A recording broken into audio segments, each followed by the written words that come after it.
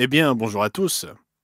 Nous avons tenu une réunion ministérielle en ligne mercredi avec près de 300 ministres et épouses, mais en raison du décalage horaire, d'autres personnes verront l'enregistrement de la conférence ultérieurement.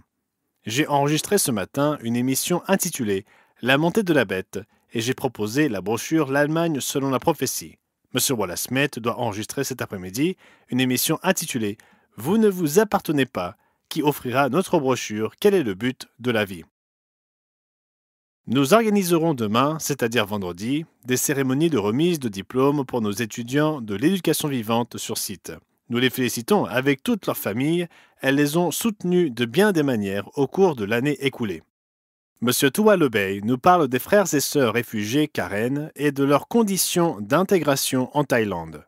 Après avoir travaillé sans relâche avec l'administration, nous avons maintenant établi leur statut légal et le droit de rester à Mae Sot pour les 2 prochaines années. Mercredi 14 mai, ils ont eu l'occasion de se rendre au bureau du district de Mae Sot pour se faire délivrer leur carte d'identité de travailleurs migrants à l'étranger.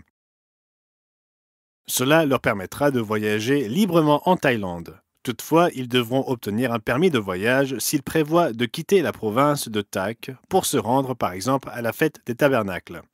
Une fois qu'ils auront obtenu leur carte de travailleurs migrants, ils seront autorisés à chercher un emploi à Mae Sot tout en s'efforçant de s'intégrer dans la communauté.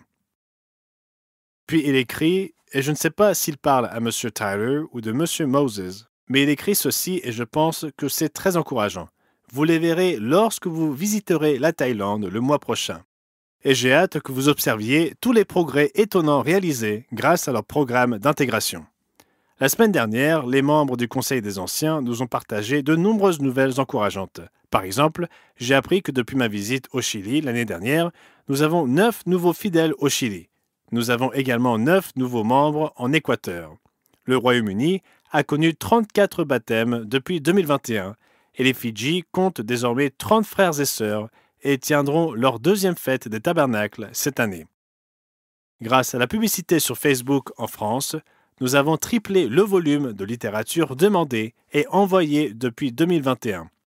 Et nous voyons un bon nombre de nouvelles personnes venir à la suite des récentes conférences du monde de demain. Beaucoup d'entre elles ont eu des liens avec l'Église universelle de Dieu, mais d'autres non. Voilà donc un aperçu de ce qui se passe dans le monde. J'essaierai de vous transmettre plus tard des informations sur les réunions du Conseil des Anciens, mais nous sommes très occupés ici à Charlotte. Donc, c'était Gerald Weston pour l'Église du Dieu vivant pour la semaine se terminant le 24 mai 2025. J'espère que vous passerez tous un merveilleux sabbat reposant et profitable.